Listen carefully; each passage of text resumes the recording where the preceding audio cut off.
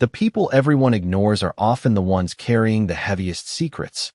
At 8:17 on a gray Thursday morning, nobody inside St. and Regional Medical Center had any reason to believe their day would become a story people talked about for years. The emergency department moved with the familiar rhythm of organized urgency. Phones rang. Monitors chimed softly. Nurses moved from room to room. Families sat anxiously beside patients. Everything felt normal. Almost. Abigail Carter adjusted a patient's blanket and offered a reassuring smile before quietly stepping back into the hallway. At 34, she had worked enough shifts to know that hospitals had their own weather. Some days felt calm. Some days felt stormy long before anyone could explain why. Today felt different. Not dangerous, just different. Abigail couldn't have explained the feeling if someone had asked.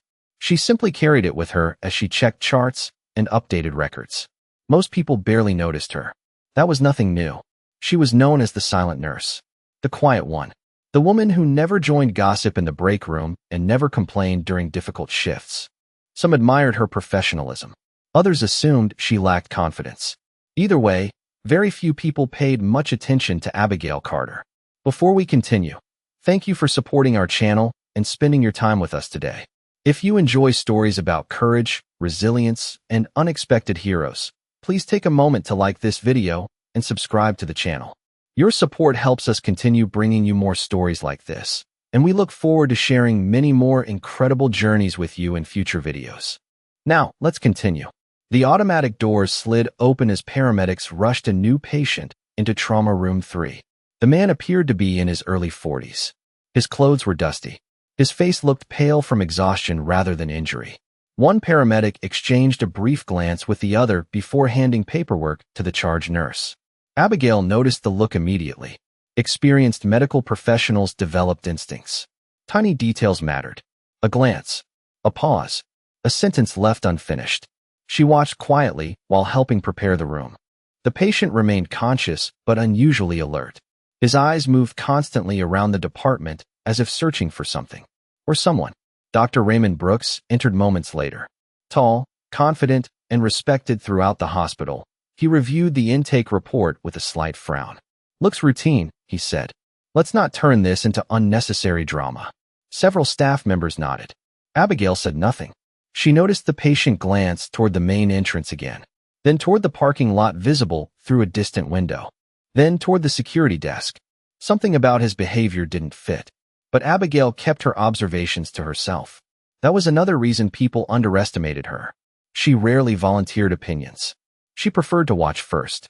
Outside, rain began falling lightly across the parking lot. Through the glass entrance, rows of vehicles shimmered beneath the growing drizzle. Most people remained focused on their work. Nobody noticed the 3 black SUVs that slowly entered the lot and parked near the far edge of the property. Nobody except Abigail. She paused for less than a second before continuing down the hallway with a stack of patient files in her arms. Her expression never changed. Her pace never changed. But deep inside, a feeling she hadn't experienced in years quietly returned. Across the room, the new patient looked toward the parking lot and suddenly went still. The color drained from his face. Abigail noticed that too. And for the first time that morning, she realized the man wasn't afraid of his medical condition. He was afraid of whoever had just arrived outside. The uneasy feeling stayed with Abigail as she moved through the emergency department. She finished updating a chart, returned a phone call from a family member, and checked a patient's vital signs. But part of her attention remained fixed on the parking lot beyond the rain-streaked windows. The 3 black SUVs had not moved. Their engines appeared to be running. Most people would never have noticed.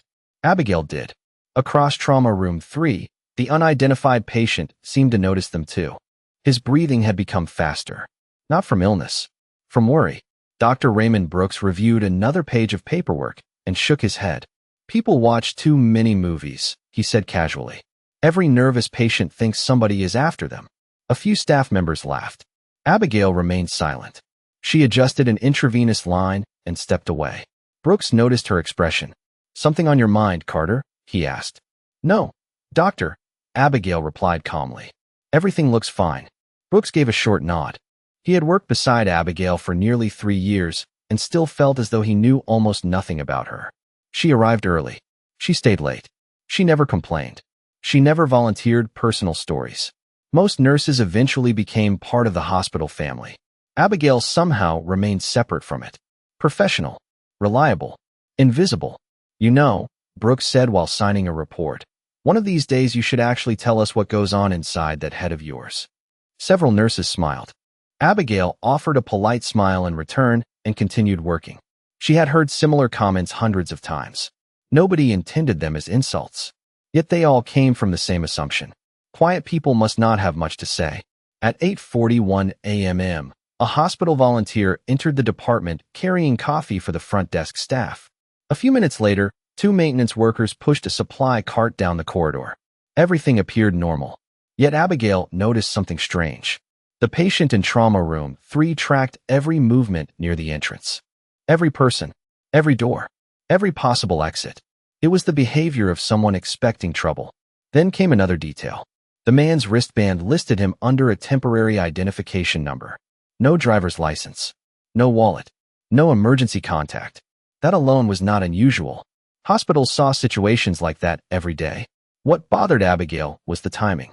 An unidentified patient arrives. 3 black SUVs appear minutes later.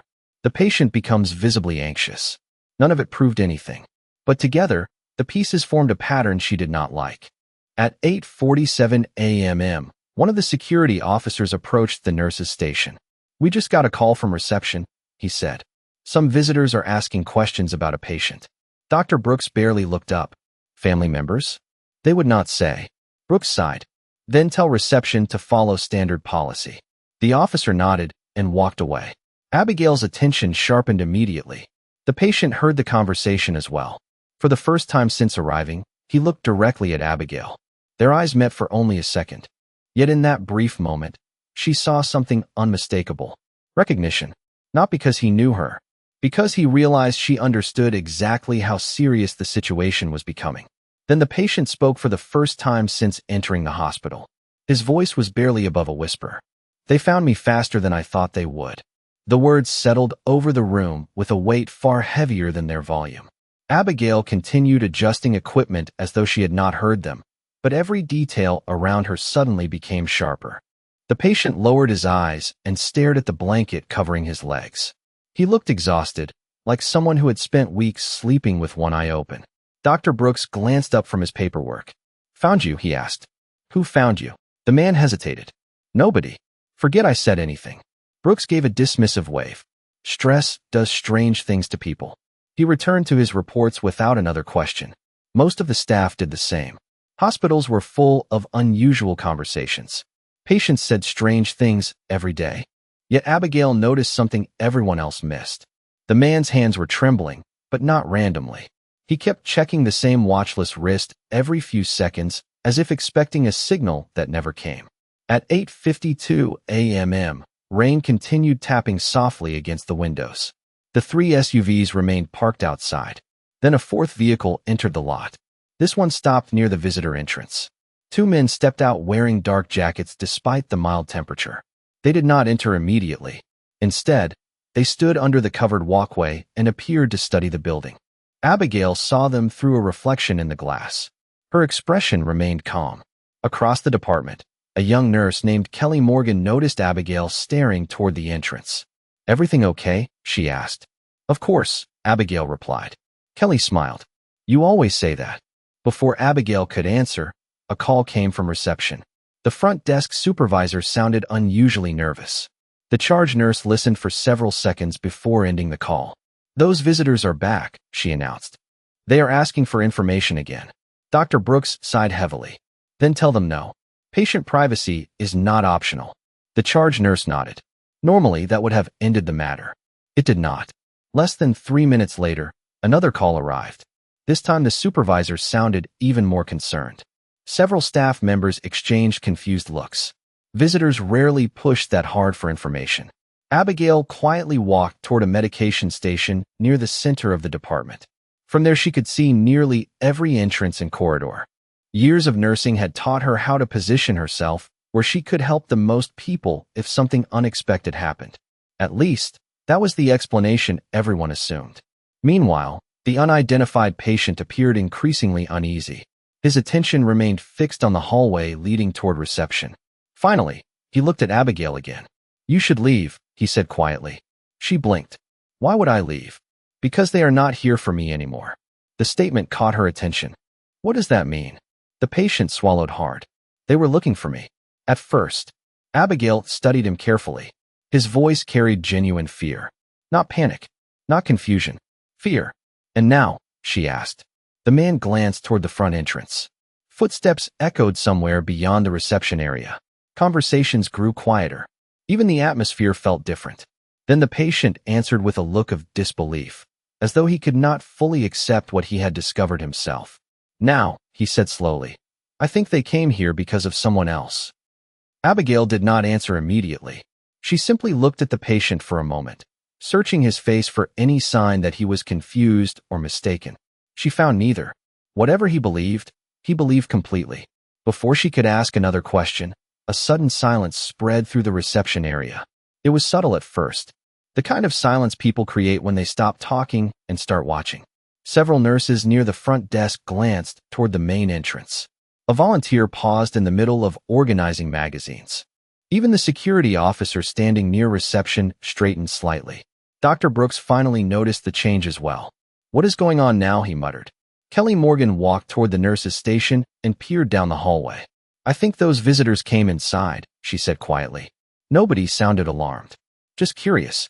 Hospitals received visitors every day. Yet something about the atmosphere felt different. Abigail noticed it immediately. People were reacting before they fully understood why. Human instincts often recognized tension before logic caught up. Through the open corridor leading toward reception, several unfamiliar figures became visible. They moved calmly, purposefully. Their clothing was ordinary. Their expressions were unreadable. They were not creating a disturbance. They were simply observing, watching, taking in details. Abigail lowered her eyes and continued organizing medication supplies. To anyone watching, she appeared completely uninterested. In reality, she noticed everything.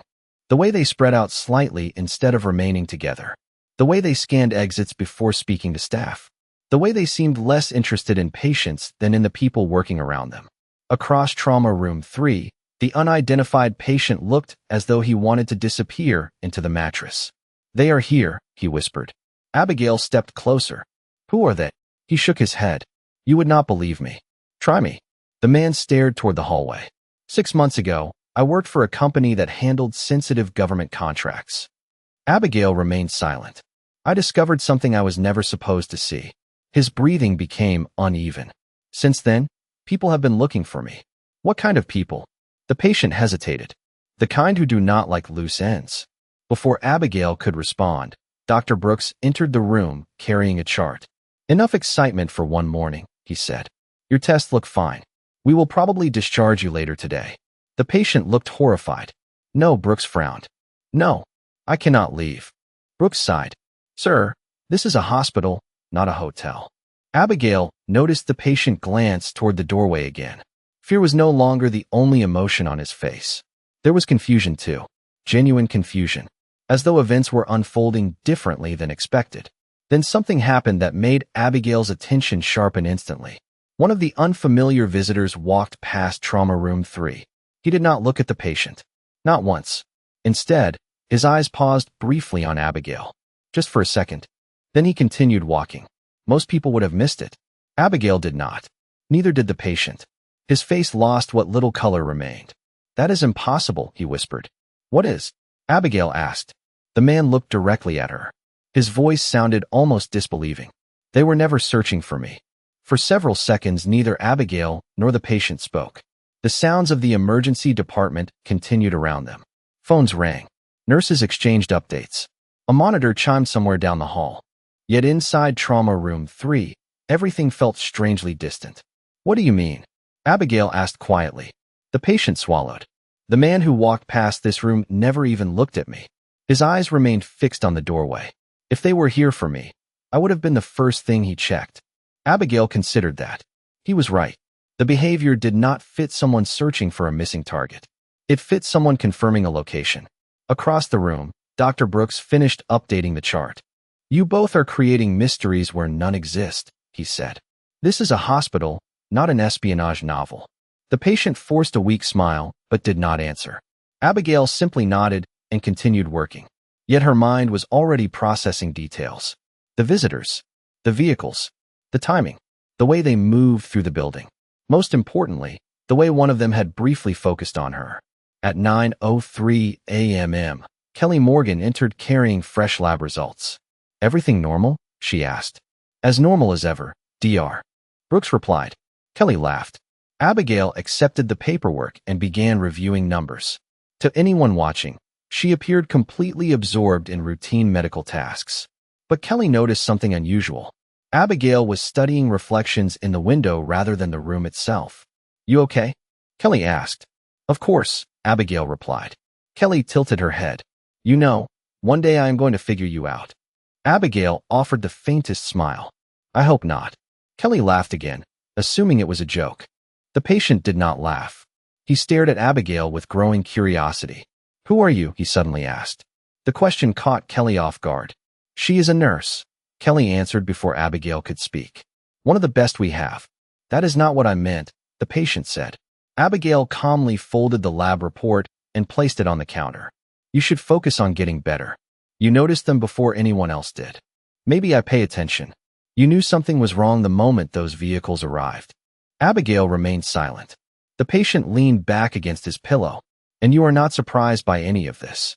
Before the conversation could continue, a hospital administrator appeared in the doorway, looking unsettled. "Dr. Brooks," she said, "there are people downstairs insisting on speaking with staff." Brooks frowned. "About what?" "They will not say." "Then security can handle it." The administrator hesitated. Security already spoke with them. Brooks sighed heavily and followed her into the hallway. As soon as he disappeared, the patient lowered his voice. "I spent 6 months running from people I thought were looking for me." Abigail continued checking medication records. "And now?" He looked directly at her. "Now I think I accidentally led them to someone else." For the first time that morning, Abigail stopped writing. Not because she was frightened, not because she was surprised, because deep inside, a memory she had spent years burying was beginning to surface. And somewhere in the hospital, someone had just spoken a name she had not heard in a very long time. The memory arrived without warning. Not a complete picture, just fragments. A secure airfield under a pale sunrise. The sound of helicopter rotors in the distance. A voice speaking her name through a headset. Abigail pushed the thought away and returned her attention to the present. She had spent years building a quiet life. Years making sure those memories stayed where they belonged. Across the room, the patient continued watching her. "You know what I am talking about, do not you?" he asked softly. Abigail closed a cabinet door. "I know that speculation rarely helps patients recover." The answer sounded ordinary. The patient was not convinced. Outside the room, activity inside the emergency department continued, but a subtle tension had spread through the staff. More unfamiliar visitors had appeared near reception. None caused problems. None raised their voices. Yet they seemed to be waiting for something. Kelly Morgan returned carrying supplies. "The entire hospital feels strange today," she said. "Everybody keeps looking over their shoulders." Abigail accepted a package of sterile dressings. "People react to uncertainty." Kelly laughed nervously.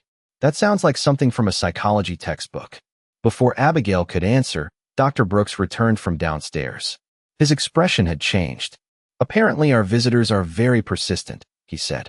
"Administration is trying to figure out who they are." "Did they say what they want?" Kelly asked. Brooks shook his head. "No, but they asked an unusual question."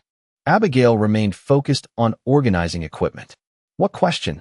Kelly asked. Brooks hesitated. "They asked if a woman named Abigail Carter worked here." Kelly immediately looked toward Abigail. "That is you." Several nearby nurses turned as well. Abigail continued placing supplies onto a tray as though nothing important had been said. "A lot of people are named Carter," she replied calmly. Brooks frowned. They were very specific. The room became quiet. Even Kelly stopped smiling. The patient slowly sat upright in bed. His expression confirmed what he already suspected. "I told you," he whispered. Abigail finally looked at him. "You told me what you believed." "And now?" Abigail did not answer. At that moment, an elderly man entered the emergency department accompanied by a hospital administrator. He wore an ordinary raincoat and carried no visible identification. Most people barely noticed him. Abigail did. The instant she saw him, something changed behind her eyes. It lasted less than a second. The man paused near reception and slowly scanned the room. Then his gaze settled directly on her. Recognition flashed across his face. Not surprise. Recognition. The kind shared by people who already know each other. Kelly noticed it immediately. "Do you know him?" she asked. Abigail remained silent. The elderly man spoke quietly to the administrator and then began walking toward the emergency department corridor. Each step seemed deliberate, controlled, purposeful. The patient watched in disbelief. Dr. Brooks looked increasingly confused. Kelly glanced between Abigail and the approaching stranger. Nobody understood what was happening, yet everyone felt the same thing. The quiet nurse they thought they knew was somehow connected to all of it.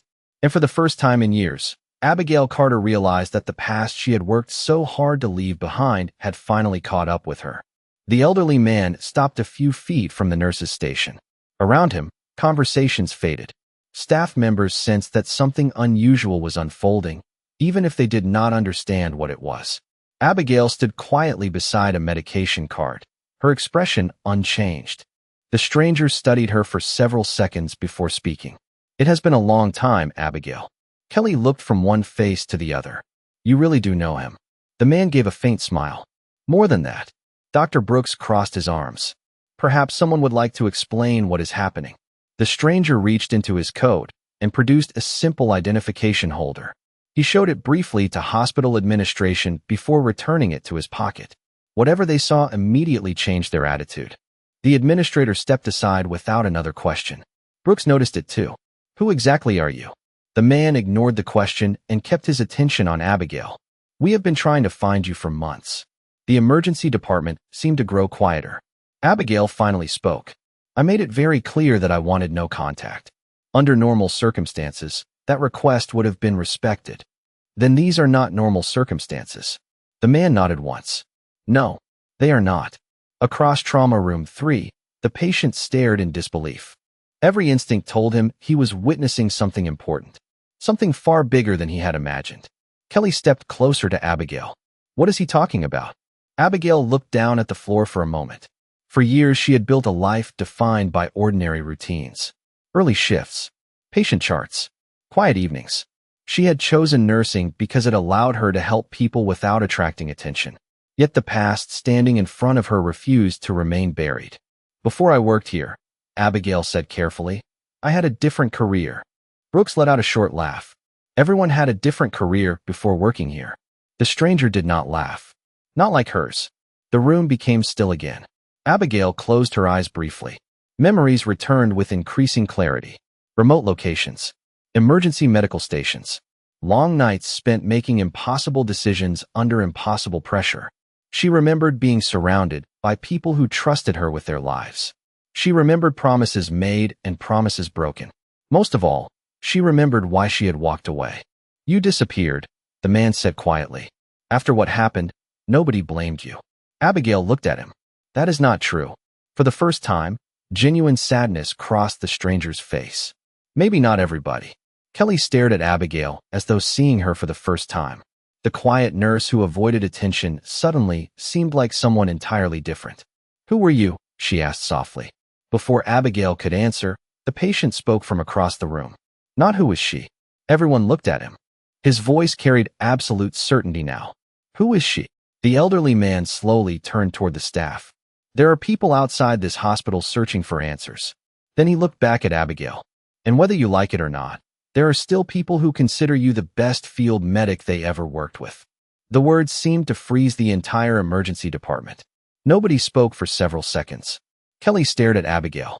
Dr. Brooks looked genuinely stunned. Even the patient appeared overwhelmed by what he had just heard. Abigail, however, showed almost no reaction. She simply stood beside the medication cart with the same calm posture she carried every day. The difference was that now everyone was looking at her differently. The elderly man stepped closer. "You spent years helping people survive situations most of us could barely imagine," he said quietly. "You carried responsibilities that would have broken other people." Abigail folded her arms. "That was a long time ago. Not long enough." Across the room, Dr. Brooks shook his head. "Field medic?" he asked. What exactly does that mean? The man looked toward him. It means there were places where medical help could not arrive in 10 minutes. Places where one person had to make decisions that determined whether others made it home. Brooks looked back at Abigail. He searched for signs that this was some kind of misunderstanding. He found none. Suddenly, dozens of moments from the past 3 years made more sense. The way Abigail stayed calm during emergencies. The way she seemed to notice details before anyone else. The way she never panicked, no matter how chaotic things became. Kelly slowly sat down in a nearby chair. You never told us any of this. Abigail glanced toward her. Because it was not important. Not important. Kelly almost laughed. You have been working beside us this entire time. As a nurse. Apparently as much more than that. Before Abigail could respond, another administrator hurried into the department. This one looked far more nervous than the others. He walked directly toward the elderly man. Sir, he said quietly, additional personnel have arrived. The man nodded as though he had expected it. Where? Conference room B. Several staff members exchanged confused looks. The hospital had never seen anything like this. More visitors. More questions. More people apparently connected to Abigail Carter. The patient watched everything unfold with growing amazement. I knew it, he whispered. The entire time I thought I was the reason they were here. Abigail looked toward him. You were never their objective. The man managed a weak smile. No, I was just the breadcrumb trail. The elderly visitor checked his watch. There are people waiting to speak with you. Abigail sighed softly. I already know what they want. Then you also know why they need your help. For the first time, uncertainty appeared in Abigail's eyes. Not fear. Not anxiety. Something deeper. The hesitation of someone being asked to reopen a chapter of life she had deliberately closed. Around them, hospital staff continued watching. Nobody returned to normal conversation. Nobody looked away. The invisible nurse who had quietly worked beside them for years no longer seemed invisible at all. Then the elderly man spoke words that made the entire room fall silent once again. Abigail, there is a reason so many people have spent months searching for you. Because out of everyone who was there, you are the only one who knows what really happened. For a long moment, nobody spoke. The words hung in the air while rain continued tapping softly against the hospital windows. Abigail looked at the elderly man and saw something she had been avoiding for years. Not pressure, not obligation. Trust. The same trust she remembered from another life. A life she had left behind when she chose anonymity over recognition. Dr. Brooks finally broke the silence. What happened? He asked quietly. What is everyone talking about? The elderly man glanced toward Abigail before answering. Years ago, a crisis occurred that affected a great many people. Information was lost. Records were incomplete. Testimonies conflicted. He paused. There was only one person present who saw everything from beginning to end. Kelly slowly turned toward Abigail. You? Abigail looked down for a moment before nodding. Me. The admission seemed almost unbelievable to the people around her. The quiet nurse who restocked supply cabinets, worked double shifts, and spent lunch breaks alone had somehow become the center of a story far larger than anyone imagined. The patient in trauma room 3 shook his head in amazement. All this time, he said, I thought I was running from something important. He smiled faintly. Turns out I ended up finding someone important instead. A few staff members laughed softly. The tension that had filled the department all morning finally began to ease. The elderly man stepped closer to Abigail. Nobody is asking you to return to your old life, he said. That decision remains yours. Abigail studied the faces around her. Kelly, Dr. Brooks, the nurses she had worked beside for years, the patients who trusted her every day. She realized something unexpected. The life she had built was not an escape. It was a continuation of the same purpose she had always carried. Helping people, protecting people, being there when others needed her most. Only the setting had changed. I am not the same person I was back then, she said. The elderly man smiled. That is true. Then his expression grew warm. You are better. For the first time all morning, genuine emotion crossed Abigail's face. Not pride, not satisfaction, relief. The kind of relief that comes when a burden carried for years finally becomes lighter. Dr. Brooks cleared his throat awkwardly. I owe you an apology. Every head turned toward him. For what?